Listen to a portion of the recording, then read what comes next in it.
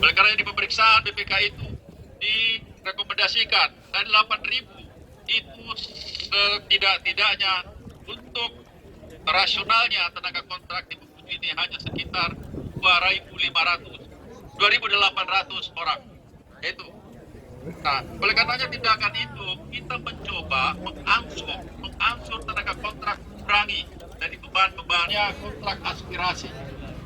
Dengan pertimbangan tentunya pertama, kita mengacu kepada absen yang telah dilakukan oleh para tenaga kontrak.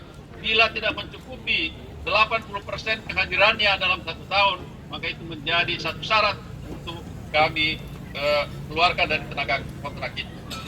Kemudian, tentu selanjutnya nanti untuk memenuhi rekomendasi BPK ini, tentu juga kami akan berikan pertanggungjawaban, berikan laporan kepada BPK sejauh mana sesungguhnya di mana ketidakrasionalan antara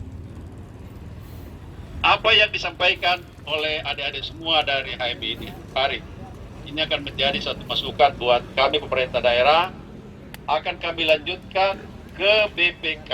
Kami akan lakukan BPK, apakah yang kami lakukan ini tidak sesuai ketentuan. Kalau memang tidak sesuai ketentuan, kami akan luruskan kembali dan mengeskakan kembali mulai 1 Januari yang keluar sampai dengan pada tanggal. Ini mohon ditunggu, kami akan konsultasikan kembali BPK karena perintah BPK inilah sehingga kami juga pemerintah daerah melakukan itu. Saya kira itu, demikian dari sekalian. Kami punya banyak respon dari Bapak Bupati yang kemudian apa yang disampaikan. Jadi kemudian kenapa kami meminta dalam hal ini tidak berdialog di dalam, karena jangan sampai Bapak Bupati berdiri di sini 1 sampai 2 jam.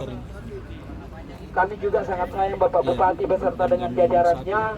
Jangan sampai 2 sampai 5 jam kami hadirkan di sini dan tidak selesai ini masalah kami, karena kami tidak akan mau pulang ketika ini masalah tidak selesai. Jadi dengan hormat Ibu Ketua DPRD, apakah siap memfasilitasi